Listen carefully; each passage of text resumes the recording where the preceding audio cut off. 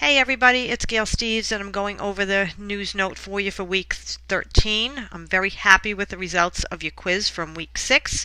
Your coding really was amazing. There weren't too many incorrect items, but I want to go over a couple of things with you. There are two types of indirect infections, reactive arthropathy and post-infective arthropathy. This question was true. Reactive arthropathy is the microbial infection is identified by the body, but the organism or antigen are not identified in the joint. Your post-infective arthropathy is your microbial antigen, which is your immune response to the presence of the microbes, is present, but the recovery of the organisms is not constant, and there is no evidence that the microorganism is multiplying. So the categories for these are M00, M01, and M02. At the M00 category, it tells you to add the organism, which is B95.61 through B95.8. This is leading us on to our next question, which is Staphylococcus aureus of the arthritis of the left hips. There are two codes for this. The answers for these are M00.052 and B95.61.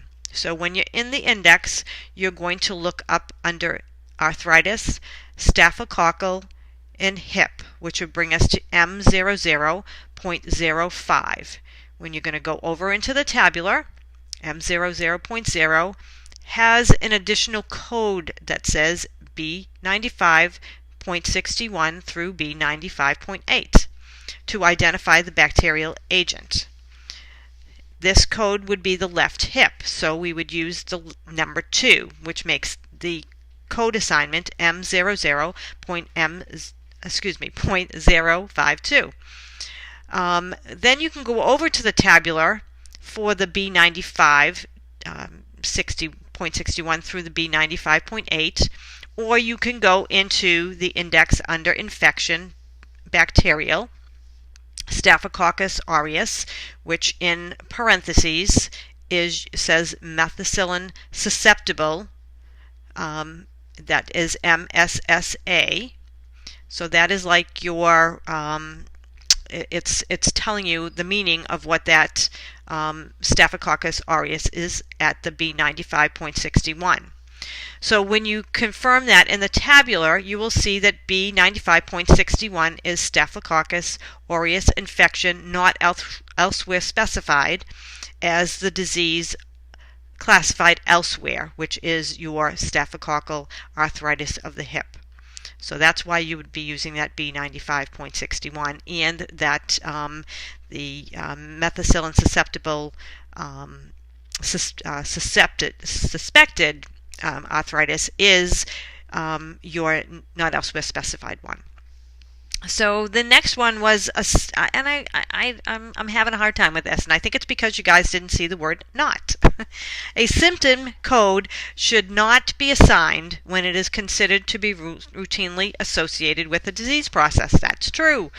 If there's a sign and symptom and it's in the disease process, so you're coding pneumonia and you have the symptom is fever or cough, you are not going to do that symptom code. So I'm just thinking that you didn't see that small little word not, which we know in coding that if we don't READ everything correctly, then that is where you're going to end up messing up. So make sure that you're reading all of that, and you know that those codes, those questions that are asked are going to trick you. So whether or not it's here in our assignments, whether or not it's in your quizzes, whether or not it's in your final, whether it's in your certification exam, you got to read all of this stuff, because that is so important. Those little teeny words. This is going to be the thing that's going to kill you if you don't get that right.